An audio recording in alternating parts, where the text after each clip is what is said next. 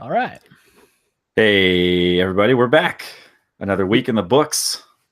Another exciting, tumultuous week where the fans are tearing themselves, splitting into factions, and causing all sorts of problems right in front of a super important, super serious tournament. What? Rift Rivals? Yeah. Okay. Right? So it's done now. So we know how that played out. I think fans are not. / sarcasm. Yeah. Yes. I mean, before we get into that, this is Den of Thieves. Welcome to I'm going to call this the Rift Rivals 2018 episode. We did episode names a couple times, just numbers. I don't think that works really because we're really just tying this to whatever happened the week before. So this week was Rift Rivals 2018.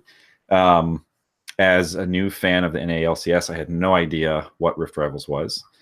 And it seemed like no one else did either because they switched the format up significantly this year. So, not to mention the format's different for all of the different of course stuff. So right, some regions have like 6 different participants from different regions. Right. We have 6 too, but we're all just from the 2 regions. So I thought the tournament was super cool. And I know that we're actually gonna start kind of where we left last episode off.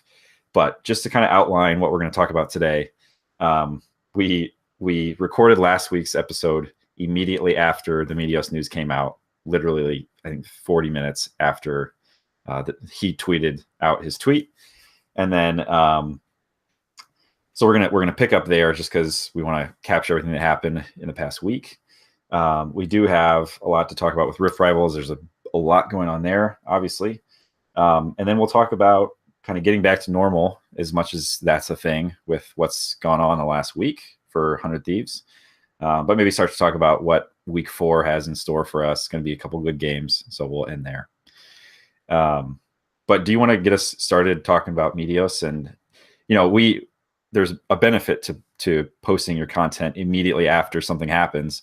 But there were a couple pieces of content that came out even after we recorded. So want to make sure we get those in too. Yeah. And I think, I don't think we were overreacting. I think we were kind of, adding the caveat to everything we were saying that, we're not sure what happened. Yeah. Everything we're saying is speculation. Mm-hmm. But can't say the same for the community at large. Yeah. As soon as Meteos tweeted, pretty much everything blew up. Yeah. And everybody was arguing, taking sides, and speculating on what happened, reading details into people's tweets, and just really, really reacting strongly. And I thought that was, I get it because you want to talk about it. Meteos is a player that a lot of people really like. He's a popular dude. Mm-hmm. And so people immediately wanted to react to this. We knew there would be an official explanation. Yep. And that's what we'll go to first, is the statement that came from 100 Thieves. Now, that statement didn't come out until the following Monday. Yeah. So that was July 2nd. Which, in real time it was less. It was probably 12 hours. Yeah. And really, I bet they had something prepped, and then the Meteos tweet kind of made them replan, because that was kind of an unscripted moment. One of the things I'll say about the statement is, and you can read it on their Twitter if you haven't seen it, just go to the 100 Thieves Twitter. Go Twitter at the 100 Thieves. Go to their Twitter and search for the Meteos trade. You'll see it if you haven't read it already. But they gave way more explanation and insight into this than I think, definitely than I was expecting, but I think a lot of people were expecting. And I'm not sure. I think I made this point last week. The organization is still trying to figure out how to disseminate information to the public, whether that is how we edit the heist or, this, with how much of an explanation are we going to give for our actions? Mm-hmm. Does it harm you or help you to put all the details out there? And they didn't put all the details out there, but they put a lot. Yeah. Though I do think overall they did a good job. Now, the thing that happened with this, the big revelation from the 100 Thieves announcement, was that Meteos had initiated this process of talking to other teams about a trade. Right. Now, we can split hairs about, did he ask for a trade or was this a situation where he kind of just brought it up and floated it out there, or was he just questioning his, position on the team? Yeah. We can split hairs about that, talk about it later, but what came clear to me from the 100 Thieves statement was that Meteos had initiated this whole deal, which was surprising. He was the first one who brought the idea up, right? Like, well, and maybe they were thinking about it already, because it said that they've been trying to work on the kind of clashing of personalities for a long time. In the statement, they mentioned that. So maybe it was on their mind, and maybe they'd even started to put out feelers, right? Hey, does anybody need a jungler? But what they did make really clear was he was the one who brought it up. And I think one of the things that we'll learn about organizations in this new franchise system is they have every reason to protect their best interests and really no obligation to protect the players. They have to follow the contracts, of course. I mean, they have contracts with these players. But as soon as you have a player on your team who comes to you and says, hey, I want to start talking to other teams and see about moving teams or being traded, like, as an organization, you have to manage your own interest in this transaction, right? So if he goes to somebody and he becomes dead set, let's say I'm going to TSM, and then he starts negotiating on behalf of the organization, he's not going to put them in as advantaged a position. So they have to go out and do this once he says that he's thinking about doing it. They're not going to let him negotiate for them. Right, because it automatically weakens the organization's position. Yeah. As soon as word gets out that a player wants out, you're getting less for your dollar. Right. Just automatically, that's what happens. And we've seen it again and again in like football and basketball and all that stuff. So it's no surprise that it's coming out here. Now, I agree, the point that you were making about they have no obligation to do anything other than serve their best interest, which I 100% agree with. And we'll revisit that. But it was interesting in the statement, they actually talked about exploring an opportunity that Meteos would still have a chance to at least compete for a starting spot on the roster. Right. Now, the thing with that is,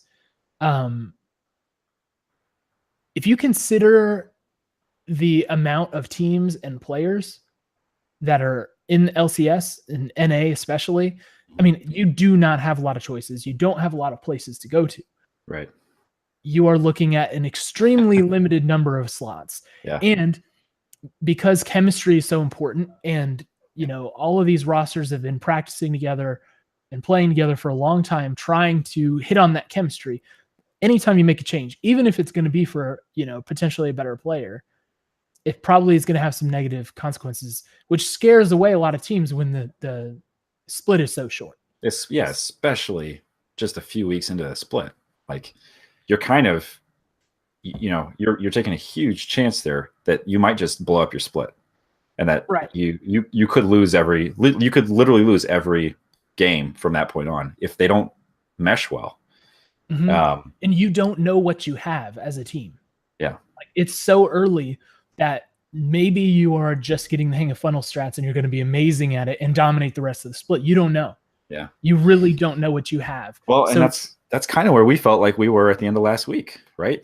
Mm-hmm. Like, we had two really good showings, and Meteos played a good role in that. So even in the week that they spent, it was probably about a week that they spent trying to trade him, things changed significantly in our own roster. So it's just, and by the time FlyQuest had agreed to trade for him, they wouldn't have seen those matches, right? Like that, I'm guessing that was agreed. People talked about it being agreed to on Friday. They didn't tell him on Sunday, which is another thing people get really worked up about. Yeah, which we will definitely be revisiting here in a minute. Yeah. But, there's so little data to work with.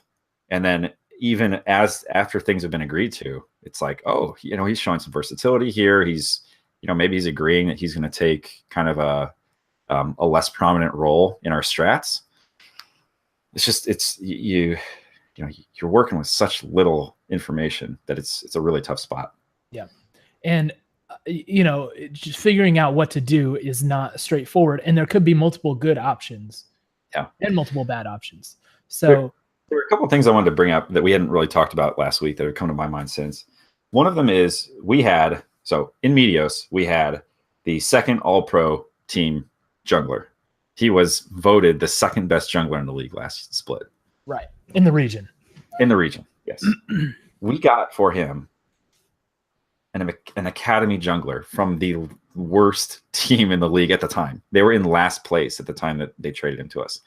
So he went from second best jungler in the league in the region to academy player for the last. Like, I mean, I think it goes to your point, which was it's a huge risk to shake up your roster at any point in the middle of a split, especially I think toward the beginning. But it also makes me wonder, like maybe other teams are not so sure about Meteos, right? Maybe they are, especially with the kind of the dynamic piece. Maybe he has a reputation that we're not really that aware of. Yeah, he could be like, not blacklisted, but slightly affected. You might have that mark on your name. That's certainly possible. Yeah. Well, and if you call saying, hey, are you looking for a jungler? The first question they're going to ask is, well, why, right? You have this amazing jungler. I mean, they're probably going to put 2 and 2 together here. And who knows, maybe the owners talk a lot more than we think, but it's such a strange way for this all to shake out when you look at the value that you would assign to somebody in that position versus what we end up getting for him. Yeah. It would kind of be like, if you traded Kyrie Irving for Jordan Clarkson or something, Yeah. Which right. That speaks to you. I mean, we can sit here and talk about that. You at home, you can tweet about it, get on Reddit, do whatever, and talk about how in the world could they make this change. Well, guess what? Probably and Nadeshot aren't stupid either. Yeah. Like they know. Yeah, right. They know that they're getting a product in return that is not as high quality. So that should speak to you about the depth of the problems that are going on. Like right. It's bad enough that they are willing to make that change. Right. That like drastic change. One that on paper looks like a bad trade. And I think that was people's initial reaction. Like, what are you guys doing? Like, this is not an equivalent trade here. You've made a mistake. Right. Well, and this is, I think, maybe the first ever 1-for-1 trade in NA LCS. I saw that. So, we are not used to this sort of thing happening in the first place. So there's definitely no precedent for the value of things. Whereas in another league, hey, well, this caliber of player, you got to throw in this many draft picks and, these kind of players. There's kind of like a formula to it in other leagues. Right. But in this is one of the first times, if not the first time, that we've ever seen something like this. So that's actually, for me, that's why it was so interesting to see in the statement about this, them stating that Anda is going to start week 4. So they'd already announced the Rift Rivals plan to put Levi and Brandini in there. But they came out and said, no, Anda is going to jungle for us in week 4, which, you have to assume means that someday is going to be safe. I have to assume. I can't think. Yeah. I can't think of any scenario where he's not on our starting roster. Yeah, he's just too good. He's too good. Someday Rio thing has to be, kind of stable for the time being, at least. And I do think that's one that we'll continue to hear about throughout this split and probably beyond. And I've got a lot I want to say about that, just based on what we saw at Rift Rivals and how the people we brought showed up. There's a lot that we were interested to see, and I think we saw a lot. So, I think we should both say, though, like this, I have no bad blood toward Meteos. And just because I'm kind of siding with the organization on this doesn't mean that I think Meteos is a bad dude or that he, I think he could have played his cards better. I think that's, and that's kind of how he opened his video. He said, I kind of made a mistake in how I handled this. And I would agree with that. I mean, I think he missed an opportunity here, which was, he made a really kind of snap decision. It seemed like, this all happened very quickly after being told that Levi was going to go to Rift Rivals instead of him. And that was that was him leaving the organization. So, but I think, from a personal standpoint, I think the way he handled it also puts him in a disadvantaged situation and position on his new team, which isn't great either. Like, he's now going into that with, I'm sure they're not thrilled with that tweet that he sent that they asked him to delete. Like, that makes a bad first impression. So, yeah.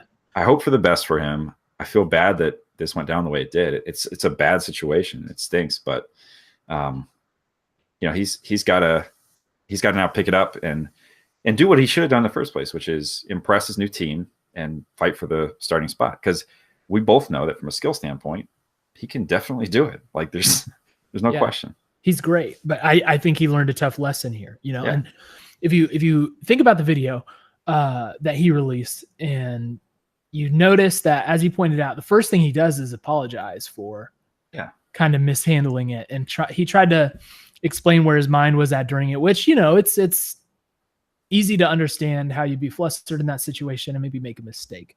Mm-hmm. But if you keep listening through the video and you hear the thread of just like, it's just kind of like insecurity and immaturity was the thing underlying this whole thing. We talked about it last week when we were talking about him being, opposed to helping academy players because it's, it's weird because that you're taking your spot potentially. Well, that plus, he mentioned in the video that the thing that really started off his request for a trade was the Rift Rivals announcement. Mm-hmm. And, that's kind of like, I think part of the blame lies with 100 Thieves in there, at least, if we're to take Meteos at his word, which the way that both sides handled this, I don't think there's any reason to think any of them are acting disingenuously. Maliciously. Like their stories do mesh. They really do. And it's different perspectives on it, but they corroborate each other. And he was saying that, the communication about Rift Rivals being a permanent or non-permanent thing was kind of unclear to him, and that he heard different things from different staff members. Mm-hmm. And again, young organization, I'm sure there's some truth to that. Like not everybody's 100% on point with the message. And that's just the challenges of having a new organization, a new staff, and a young kind of inexperienced staff. Yeah. So if the communication on 100 Thieves was locked down a little bit better, maybe this situation wouldn't have unfolded the way it was. Yeah. But at the same time, Meteos even points out that 100 Thieves told him that they were told by FlyQuest there would be an opportunity to have a starting spot. I think. Play for so, it.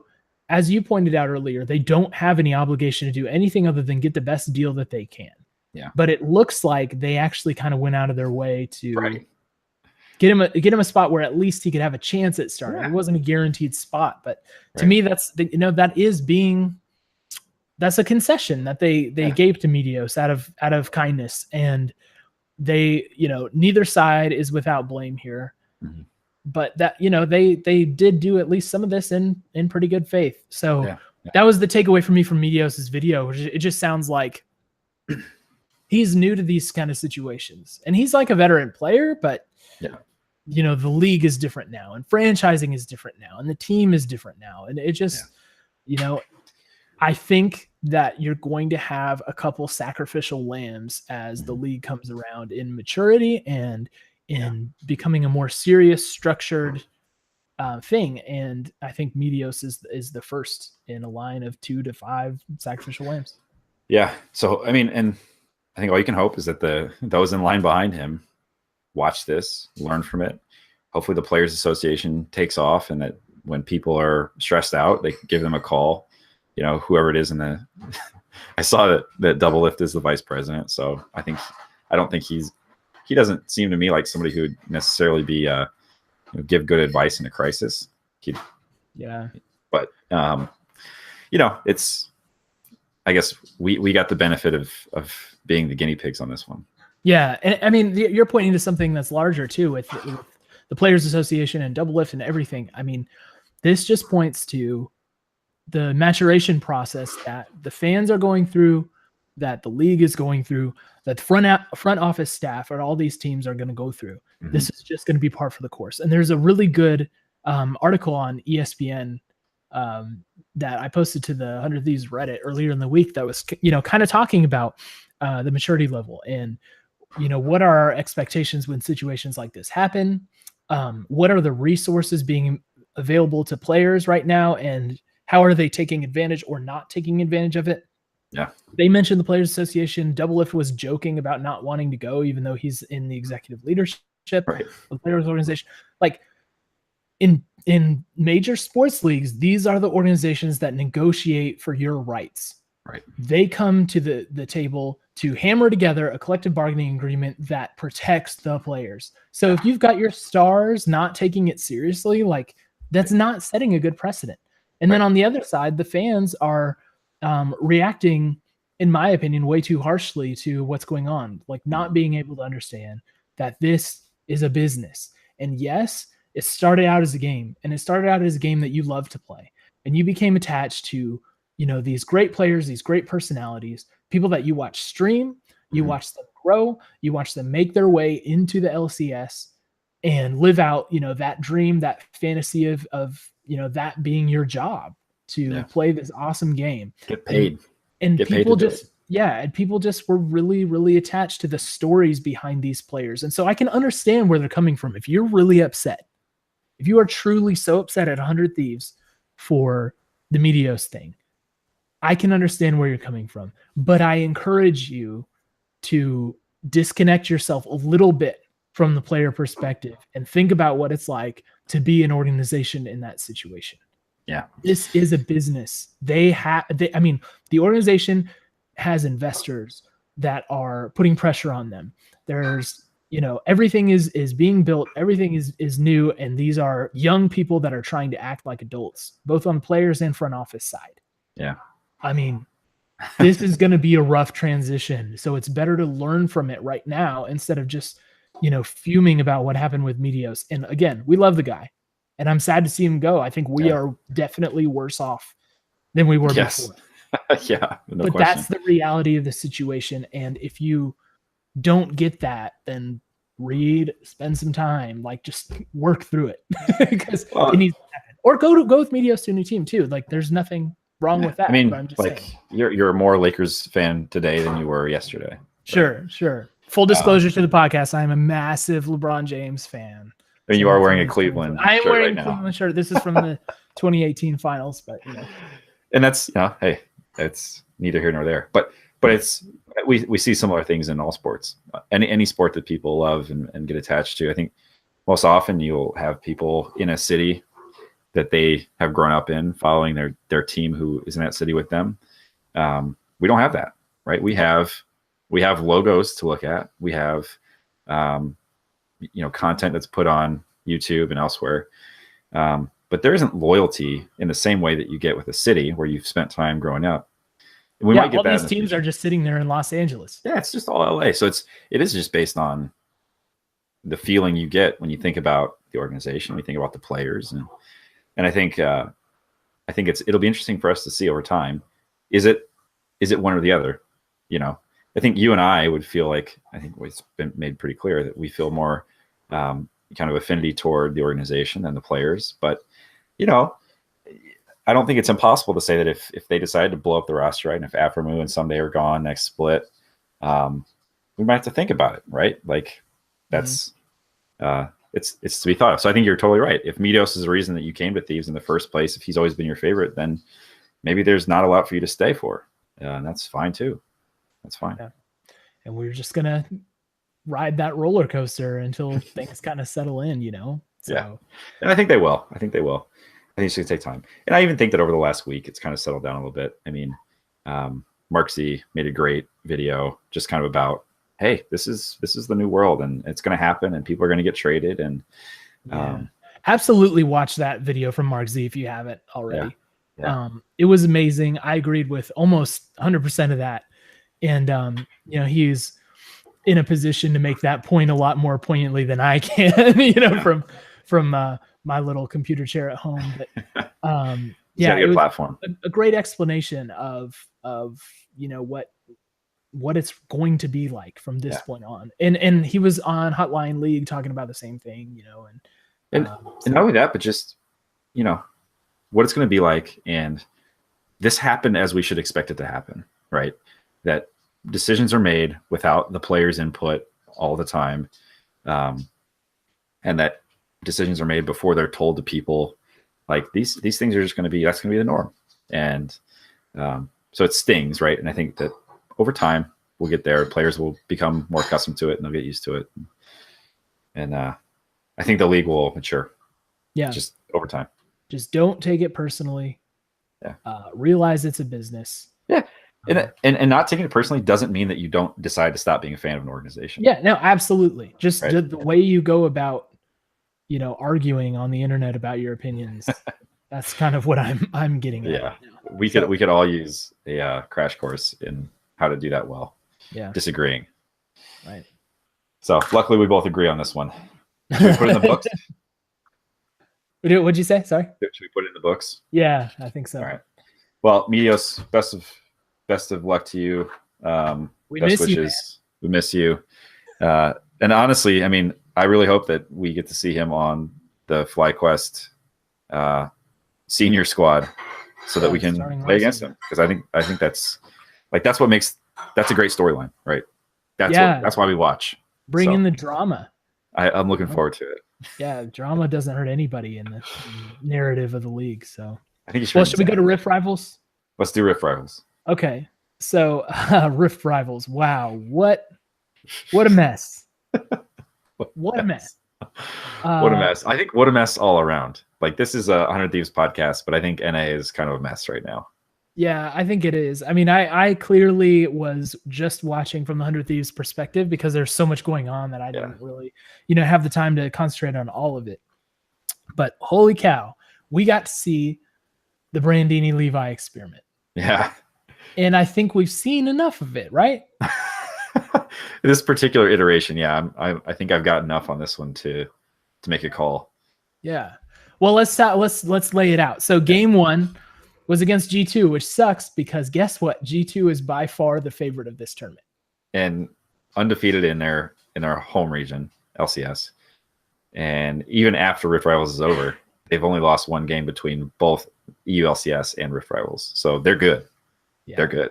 It's a little bit unlucky on the draw here to pull up to G2 to run the first iteration of the Levi Brandini experiment. Really quick, just running down the draft. I don't want to spend too much time on it, but the bans just seemed weird on both sides to me. Like, I didn't know what was going to happen, and that's probably because it was so experimental. Yeah. I think most teams came into Rift Rivals with kind of an experimental mindset, but like G2 banned Shen and left Kaisa. Mm-hmm. Stuff like that. It was like, okay. But clearly, as the draft played out, we saw that 100 Thieves were going to build around Levi's Graves, which is, a known quantity. We know that Levi's great on Graves. So they ran like this hyper funnel strat for him, putting Cody Sun on Alistar. Yeah, that's how you know it's a funnel, when you've got Cody Sun on Alistar. And maybe G2 knew that was going to happen. Like I said, they leave Kaisa on the table, and Cody Sun is Alistar. So that's true. That's an interesting thought. Worth noting, G2, I think people agree, is the best at funnel strat. So the fact that we pulled out funnel strat against them, one, shows some gumption from Prolly, for sure. But then they didn't even match us funnel strat. They just went standard. No, they did. Yeah. And let me say this. I believe 100% that the strategy of this game was not necessarily let's go win this one. I think it was let's make Levi look good. You think so? I think it was let's protect Levi and give him a good debut. Otherwise, I don't see the rest of this team comp. Okay. If it's different. Like, you don't have Cody Sun Alistar. You don't have Brandini on Rumble. Yeah. That was the face I made when I saw him draft Rumble too. Yeah, it's like the comp did not make sense for anything other than let's make sure Levi has a good debut. And for all intents and purposes, he did. I mean, he went 7-3-4. He looked good on the Graves for most of the time. He looked great on the Graves, dude. He pulled off some sick plays. He was styling so hard. There were a couple that jumped out at me. He had a disgusting I don't even know if he flashed. I think he just dashed into the Zoe after she had done her ult. She ported forward, and he was just in her face with a shotgun, and that was it. That was the end of the Zoe. And then that last base defense, man, where it was 2 versus 4, and he ended up killing 3 people. Oh, it was so good. With the flash away from the pike hook. Like that, so I think it accomplished what you had said they wanted to accomplish, I think. Yeah. which was this dude is a playmaker for There sure. was so much build up to it, right? It was like, all right, Levi's finally here. Yep. We saw him on Gig by Marines. We know what he's capable of. But we know the underlying thing was that, hey, he has not been doing well in academy. Right. Like he just had been kind of sitting there and not really standing out. So I think this was like, all right, let's give him this breakout game. And as we mentioned, it went well for him, but that's it. Yeah. It was really, really, really bad other than that. Yeah. Well, and I think as so the first game made clear two things. One, Levi's here and he's going to show everybody how jungle works. And two, Brandini is also in the 100 Thieves organization, and we've invited him to play with us today. Right? Like they absolutely abandoned him. And to the point where I can't remember who it was. I saw somebody tweeting. It was somebody from EU, maybe one of the callers, who was like, you guys need to lay off Brandini. He was left to die over and over and over again on this. There was literally nothing he could have done to have. There was no help coming to him. They were hard camping him. Like, yeah, he was 3-on-1 a lot of the time. It was always 2-on-1 at least. You feel horrible for the guy. I mean, like, this is his big debut on the international stage and just gets destroyed, dude. It was uncomfortable. Yeah. I have a note. It says, Brandini, welcome to LCS. 0-4-1 at 23 minutes. Yeah, I had that too. 0-4-1, and then he got his kill, but he was 1-5-2, right? Like he got his kill and then he died again immediately. Yeah. And like I noticed when they show him his little camera in the stream, it's like it looked like he was more and more a kid every time they showed him. It's like the jersey was getting bigger or something. Like, oh my gosh. They just really baptized him, and I felt so sorry for him. Well, I mean, he didn't play well either, but they definitely took advantage. And yeah, it's as much as you believe in the mental aspect of the game, like that's the hardest start you can have in your pro non-academy career. You're at an international event. You're with a squad who's not practiced together. You're up against the best team in Europe right now. They are top of the heap. Just and you are their key to victory, right? Like they're just going to go up there and feed various members through your lane. It sucks. Yeah, their win condition is Brandini played. So, and we honestly we survived longer in this game than we should have. We got Baron twice, way longer. We had a couple denies in there that really kept him alive. But as I think we'll continue on to game 2 unless you have anything else to say. But I think the Levi thing, it was kind of exposed for just being a funnel and a setup for him as we went throughout the it was I think if we were playing a lesser team, I think it would have worked. I think we would, like if we pulled that off against Golden Guardians, I think we win that game for sure. Yeah. And I think Levi looks like an absolute monster against that team, but no, it wasn't. It was G2. Yep. So yeah, that was a tough one. And then Ryu got oh no, this is for next game. So next game, Fnatic, which is kind of interesting, right? It's like you don't really know how it's going to play out. Fnatic's favored over 100 Thieves, but you got to like your chances in this one more than against G2. Right. And they backed off of the Levi funnel strat.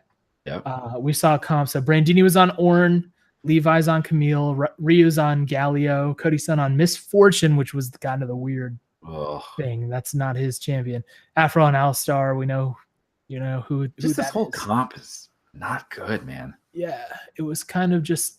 I mean, Ornn and Afro and Alistar, those are pretty standard things. But it's Brandini that's on Ornn. Yeah. And so what are you going to do? You're going up against Soaz is on Shen, Brock's on Sejuani, Caps is on Zoe, Buipo on Swain, which was weird, and Hillisang on Tom Kench. And didn't go so well. I mean, I thought other than us having a kind of weird comp or whatever, seemed like our bands were better, seemed like we learned from the last one. But unfortunately, the way the game played out was it was really bad. I think it was after this game that I texted you and I said, "This is the worst game I've ever seen us play." Yeah, we lost. We got outclassed. Like we lost every lane matchup that we had, and it wasn't close.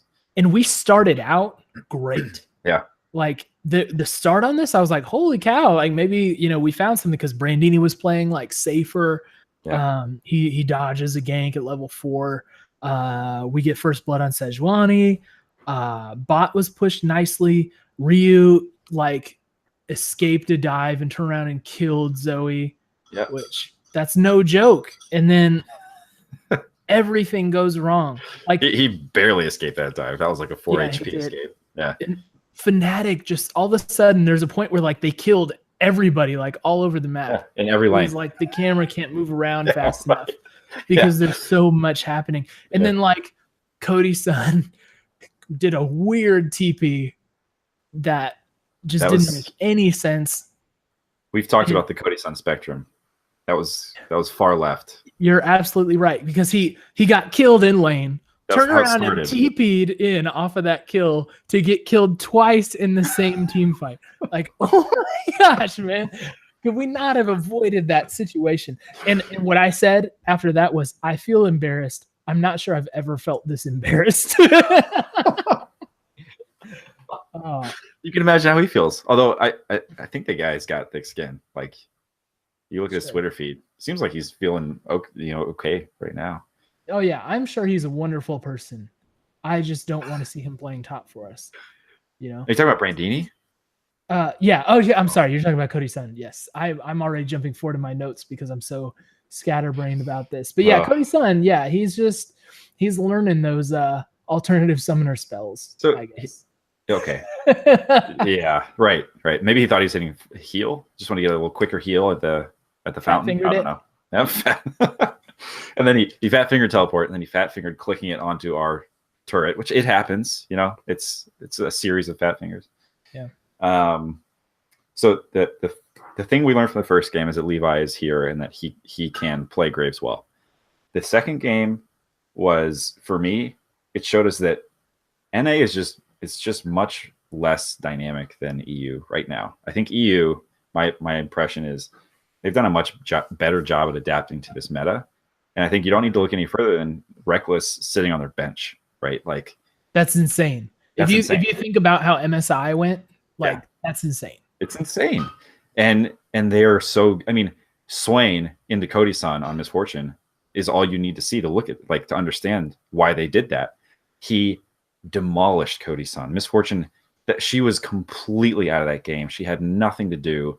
She didn't carry enough damage to really do anything in any fight that she was in. It was a disaster. Her ult was useless. Finished 1-5-2 on the match, and Swain was 8-2-8.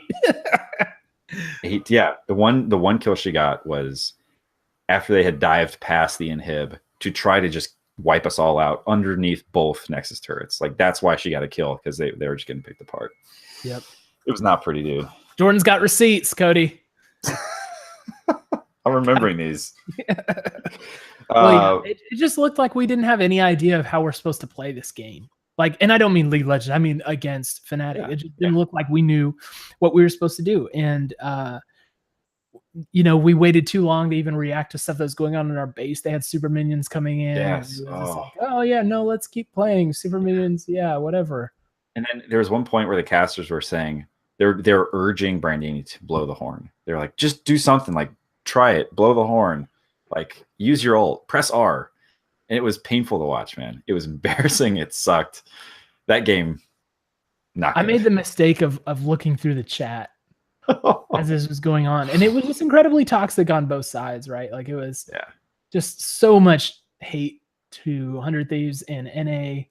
So much stuff about Meteos, like, oh, Meteos could have turned this or whatever, which maybe that's the case. But I mean, and then people on the other side, NA just being idiots back. And it felt bad, not only the game, but the product, right? Like the stream, the entertainment was just like, ugh, like they went, it's actually, that's really interesting you bring that up, because they went, Rift Rivals, it's in the name, it's a rivalry. This is the one time that Riot brings and encourages people to be toxic. at least to some degree, right? Like they have trash talk. They've got the announcers are doing banter back and forth about who's better. And I get it. Like that's what you want to go for. That's the reason you'd have this Play tournament. it up. Yeah. That's what we're here for. But that's an invitation for everybody on the internet to just be completely toxic, like so bad. And I think that's where this landed. So I'll be interested to see how they do it, because they want to make a game that's not toxic. It's hard to do an event like this and do it well. That doesn't end in just people, being completely abhorrent. Yep. Welcome to the internet, 2018. Yes. Thank you, Riff Rivals. So let's just forget about that game. Let's just pretend it didn't happen. And let's talk about Splice. Levi was 05 and 2. Levi. Okay. Yes. You're going to call him out. And Ryu got absolutely shamed by the Zoe. The Zoe was out of control. She would hit one paddle star on Misfortune and take out 2/3 of her health. One skill. Ryu had the best stat line for 100 Thieves, though. I should point out 3, 5, and 1 was the top there, and no one was really close. So, unless you're talking about deaths, Levi and Cody-san. Okay, so that moves us to Splice, which was kind of like seen as the gimme game, right? It's like, Splice is the team you're playing. You can just check the W column already. Yeah. We saw, in my opinion, good bans came out from 100 Thieves. They removed some of the champions that they've been having problems with, except the Rumble. They banned Rumble. What? Brandini's the only guy who's going to play Rumble. and that's the reason no one else is playing it. They can watch and see how terrible it is. I did see somebody else pick Rumble at this event. I can't remember who it was. It's not another game. I wasn't paying that close attention. But I was like, did the Rumble audience get participation portion of the program? Did Rumble get like a hot fix and they buffed him? I don't know. Yeah, I don't know. But he even looks ridiculous. Anyway, it's not important. So it broke out to Brandini on Mundo, Levi on Skarner, which was cool. Mm-hmm. Ryu on Swain, Cody-san on Lucian, Afro on Morgana, aka the assist god. Mm-hmm. And on the side of Splice, Odoamne was on Vladimir, Xerxes on Sejuani, Niski on Rise, Kabi on Ezreal, and Kasing, am I saying that right? Kasing was on Alistar. So, I didn't read too much into the draft other than, our bans were pretty good. So did we ban Aatrox? Yeah, we did ban Aatrox. Did we ban Heimer? Yes, Heimer was banned as well. We should have just done that against every team we played against. I know that's why I was saying these bans make sense for us. Yeah, they would have made sense for any NA team. Yeah. But I was particularly excited to see Skarner play because Skarner is very exciting to watch, and Levi is very aggressive, and so I was gearing up for a good match from him. And since it was Splice, I was thinking we were going to win this one, so it felt pretty good at the beginning. Yeah. This game felt fairly uneventful to me. It was I thought Brandini looked really good on Mundo. Like he was impossible to kill. Well, yeah, and how much of that is Mundo being Mundo and played Mundo again the next against game. That team comp? Yeah, and how much of it is Brandini playing good? I thought he was a little over aggressive personally, but I mean, I thought he performed his role admirably, which was just get in there and be imposing and threaten here and there, and just like at one point they had 3. It was like you put the yakety sax behind it, and it was a highlight reel clip. It was just him running around their base, and he was like healing insanely. He had Warmogs, he had his ult. You couldn't kill the guy, and so they would send 3 guys over to engage him. I mean, I'm just describing to you what a split push is, but they really invested and went for it.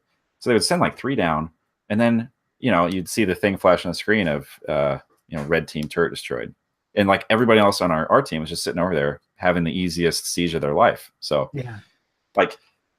I thought he did great, and they only killed him once. Yeah, and he was in situations where he should have been killed way more than that. Definitely. So hats off, like the dude, and I feel like that's not really the type of play we've seen. I mean, that's not Sunday's game, right? Like Sunday is amazing at League. He's really really good, and we haven't seen over. And he will take over. But and that's one of the things I think we can get from this, right? There are different strats that we can play based on who's on our squad. If we've got Levi in jungle, he can almost win the game for us, almost against a really good team. Maybe Brandini's thing is that he is just the split pusher and he can play the tanks and he can do it really well. Yeah. So I'm picking up that I am not as hot on Levi as you are. In this game, we saw a messed up ult where he didn't do the butt twist at the end, to secure the kill on the gank. Yeah. Which could have been very important early on. We also, I think the way it comes off to me is that Levi plays either overconfident or scared, and there's no like in between. There's no happy medium where it's just like he's running all over the place trying everything and either being successful or not, or he's just like just silenced basically.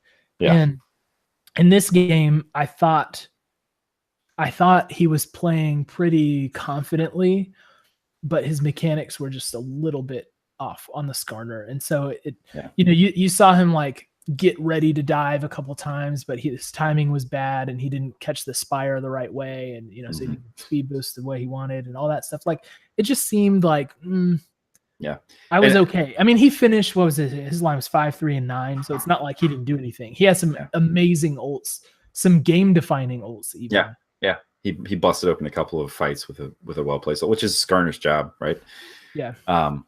No, I think I'm really, and I should clarify, I'm really high on Levi in his ability to bring a game defining performance. Like, I think he can be our someday in the jungle, and I don't think Meteos had that. I think you should build your team around different strengths. Like, I think you should have a guy like Meteos who is kind of, in my mind, a pure jungler. Like, he just plays the role and he plays it really well. And then to have Levi behind him who has tons of carry potential, who can play, these champions whose job is to just get the kill and go in and really disrupt things. I think that's smart. And so I think what we saw in Rift Rivals is like he did Skarner well enough for us to get the win, right? And he put in a couple really good ults, which is what you need Skarner to do. And then he showed us the Levi performance where it's like, okay, he can go off, right? And I just don't know that we've seen that as much from Meteos, so it feels different in that way. Yeah, like his ceiling is very high. Yeah, and I think there are all kinds of different ceilings too, right? Like, I don't think that Graves game that he played, I don't think that makes him a better jungler than somebody like Meteos. I just think it's a different job that he did. And I think for us, when you look at our main squad, Someday has shown that he can do that. I think Ryu has not shown that he can do that. I can't think of a game where Ryu has won us the game. Meteos, I would say, is the same. Afro, I think, has done it as playmaker. Yeah, definitely. And Cody did it countless times last split. So, and again, I think if you have somebody in one of those roles, like, I think Meteos, just because Meteos wasn't the guy who stepped in and won us the game, I think he supported the team so well, and like, he played champions who could set people up so well that I don't think it mattered. Yeah. So it's different. It's interesting. Mm-hmm. And I think we need Levi to also show he can do that. So when it's not built around him, we don't lose. Yeah. I think the team needs more time to get used to what he does too, because it just seemed like this game dragged on much longer than it should have. Yeah. There were times where it just didn't look like we knew what we were doing, and the game was at a standstill for pretty long stretches.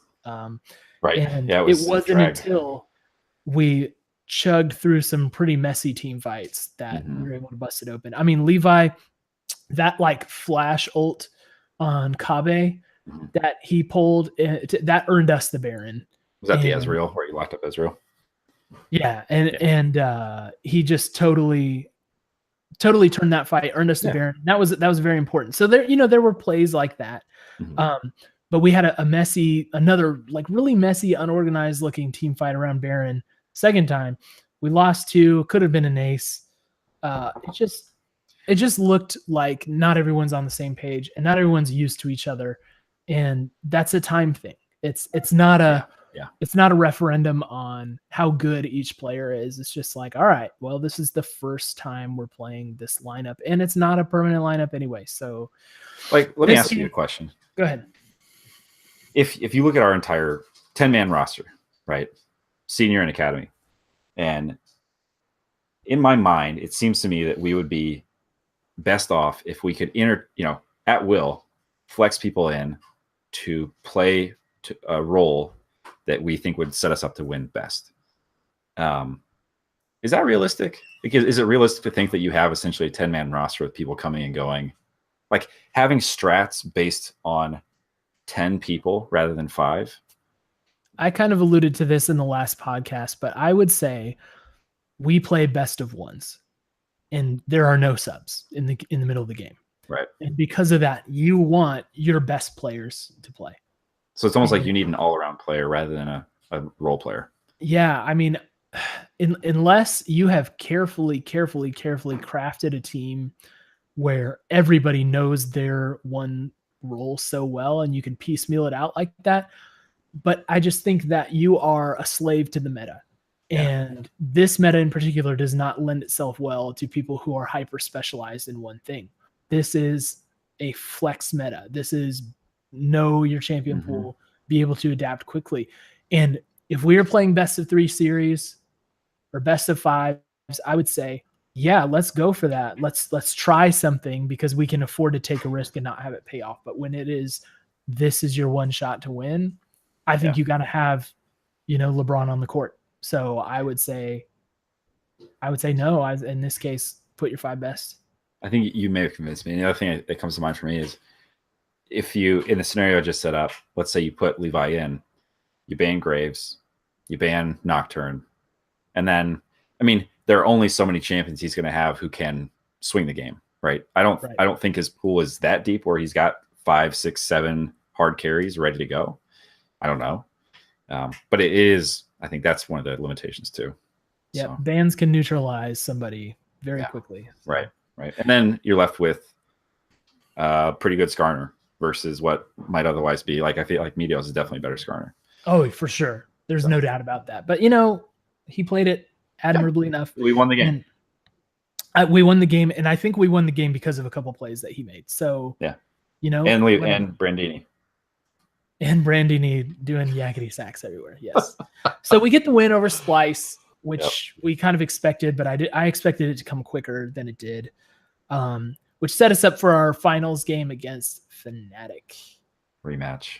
Ooh, the rematch. I honestly, like, the casters were talking about the draft in a very negative way. I didn't feel that bad about it, honestly. Like, they were super pessimistic right away. I was pessimistic for other reasons. I was pessimistic because I didn't think we were good enough to beat them. But I didn't think it was the draft itself. Now maybe that's my my lack of league expertise showing. I mean, I'm a casual player and just a fan. But obviously the result indicated that yes, this was a bad draft for us. Brandini on Mundo again. Levi on Trundle, Ryu on Zoe, Cody-san, Ezreal, Aframu on Pike. So as went Heimerdinger, the Death Knell. Broxa went with Sejuani again, Caps on Lucian, Buipo on Aatrox, and Hylissang on Morgana, the assist god. Yeah, I think all you got to say about that is we gave them both Aatrox and Heimer.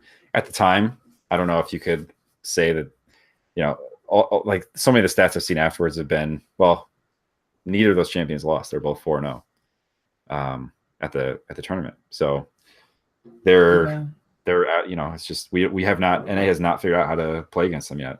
No, and Heimerdinger is a really technical champion, and since it's not like familiar with everybody, I think they just kind of shy away from it. And but what I thought was going to happen was with Afro went with the Pike pick.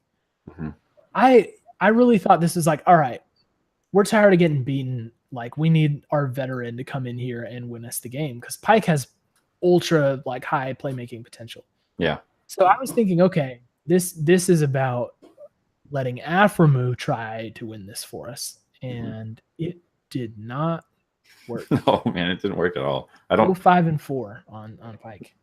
I don't think I saw him use one ult the entire game. I don't think he used it once. It doesn't come to mind. Yeah, off the top of my head. So. Yeah, I mean it's hard to win if your support is not able to use one of his abilities and it's his ultimate. Right, and Buipo I thought looked crazy good. His stat line doesn't really reflect it. He was 4-3-2 when all was said and done, but like, holy cow, he was bullying Brandini. Oh, so bad, dude. And it looked bad. Like, Buipo got a kill on Brandini when Levi was like getting ready to gank, and they mishandled it because Brandini just like ran at him too early and telegraphed it. He had like half health. Seemed like we were losing on all lanes only 5 minutes into the game. Yeah. I thought maybe there was like a glimmer of hope when Levi ganked bot lane 7.5 minutes. They got both kills and a flash out of onto Ezreal. Yeah, it was awesome. I was like, holy cow, like, when's the last time you saw a 3v2 gank like that get both? Right.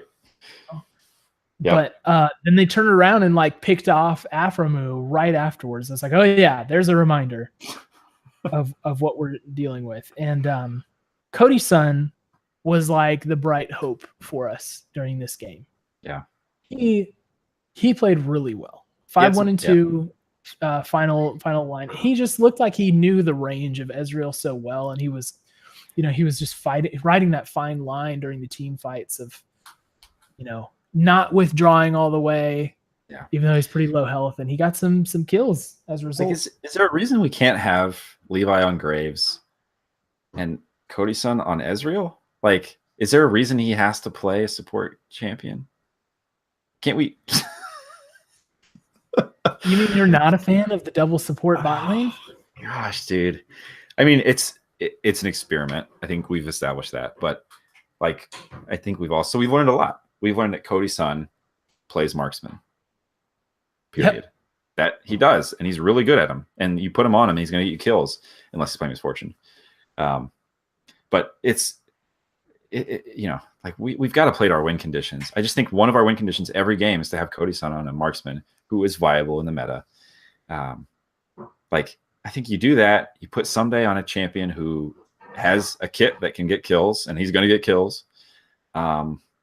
Like, after a certain point, we gotta hone in on what we're really good at, and I think we're learning that more, and we're getting a better sense of it. Yeah. Now, to be fair, for a while we kind of held, like we held the gold in place, and we got some kills, we got some Baron denial, we got some things working for us where it felt like, all right, maybe we're in this, maybe we have a chance. Ryu looks like he's playing well, Cody Sum's playing well.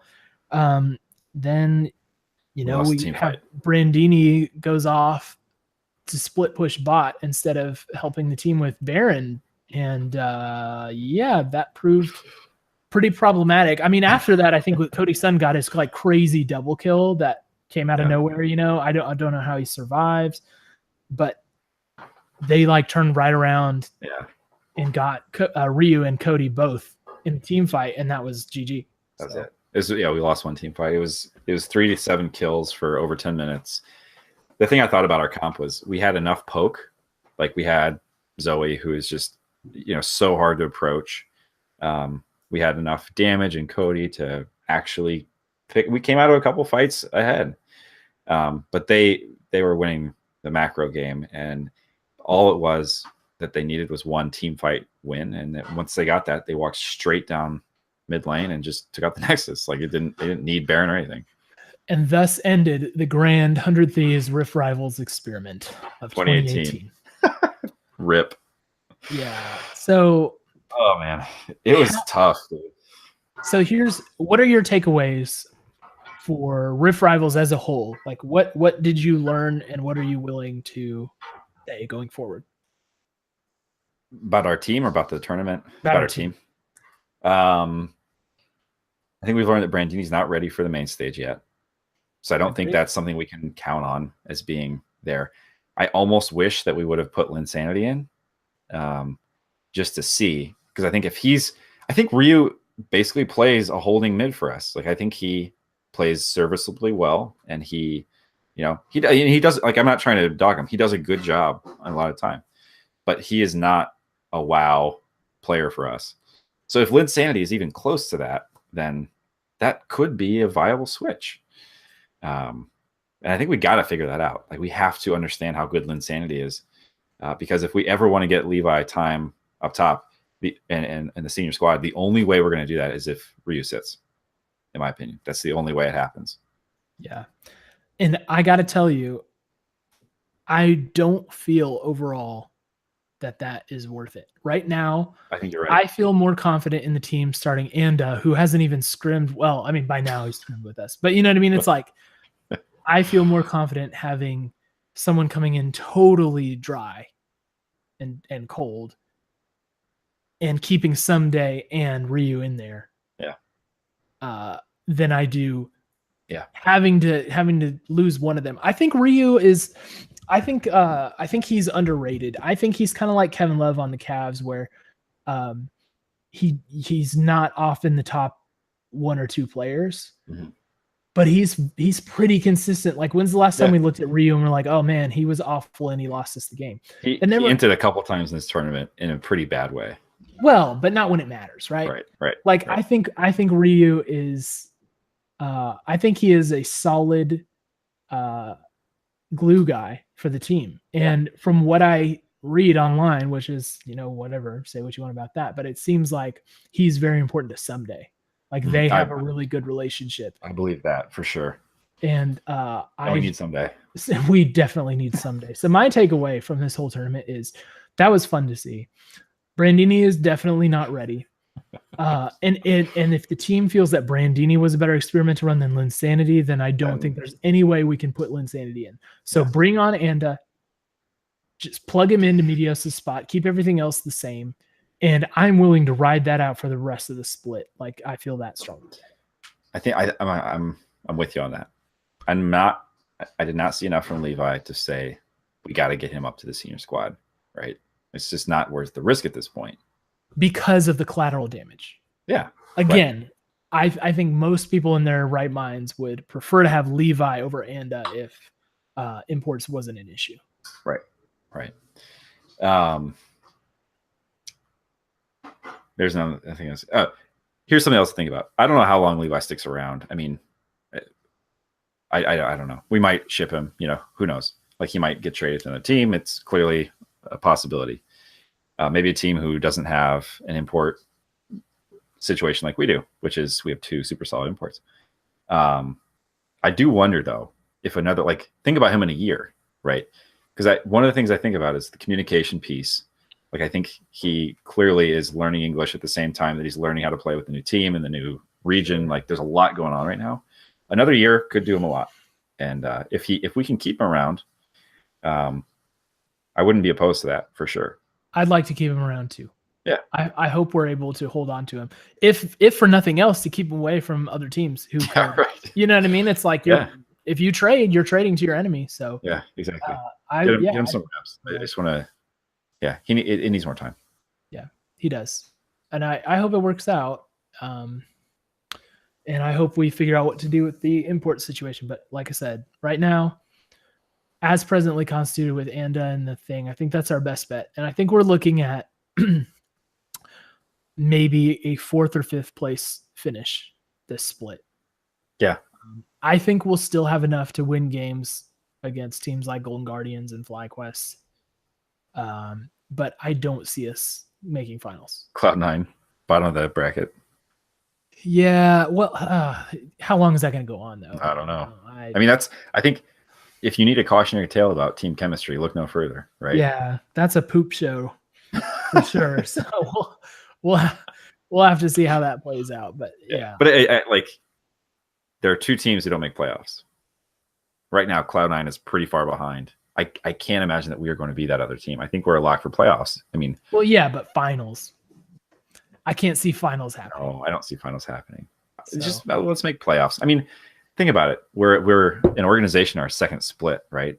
Like, our expectations are kind of out of whack because of spring split and just how crazy everything was, and amazing that we made it. Honestly, we got lucky, to get that far. So you're right, but man, if it isn't fun to root for, your new team in that situation, I would love to see it again. But another reason they got the hooks in so deep, I think, because talk about a crazy first split.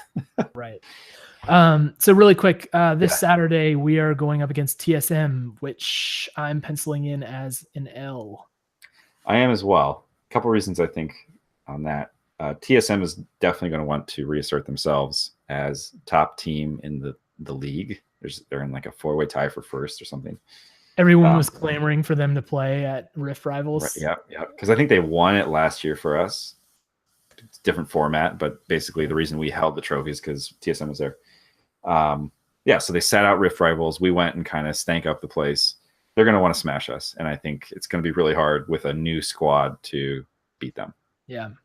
So I've got that as an L. And then on Sunday we play Golden Guardians, which that's a W.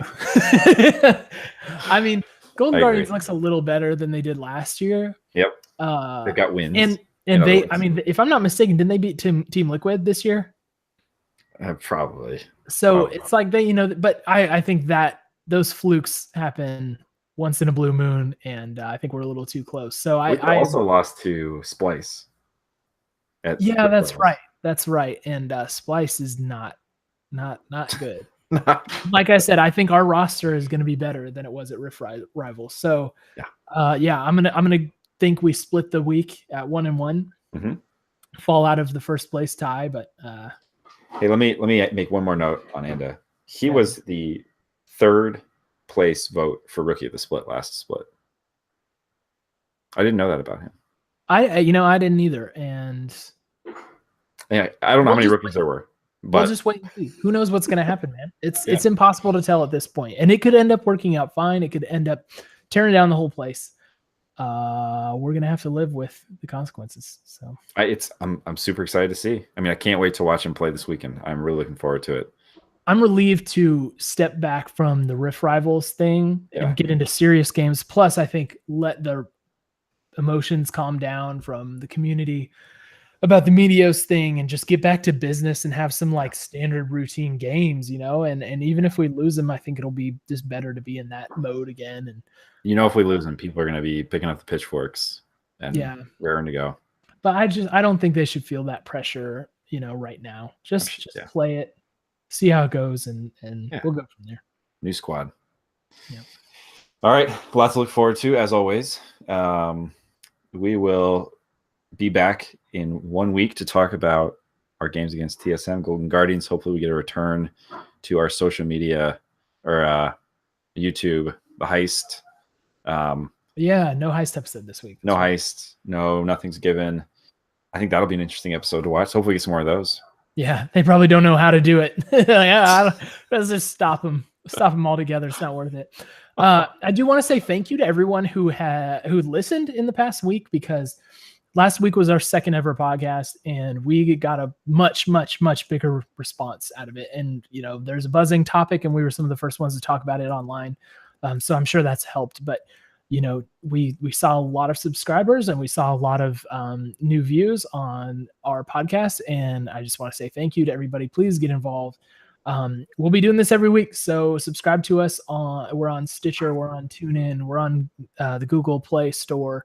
Obviously on YouTube, we're on Twitch. We're hoping to be on iTunes soon. Come on, iTunes, get together. Yeah, come on, iTunes. We need to send some temp labor their way to help them get through the podcast queue. But yes, please remember to subscribe, leave us a review, leave us a comment on stuff. We'd love to hear from you and respond to your comments and opinions. And let's keep this thing moving and let's cheer on 100 Thieves. Yeah, and let us know if there's any topics you want us to touch on for next week. Yep. All right. Well, until then, have a good week. Take care and enjoy all of the Thieves content we'll have before we meet again. Thanks for joining us. All right. See you, everybody.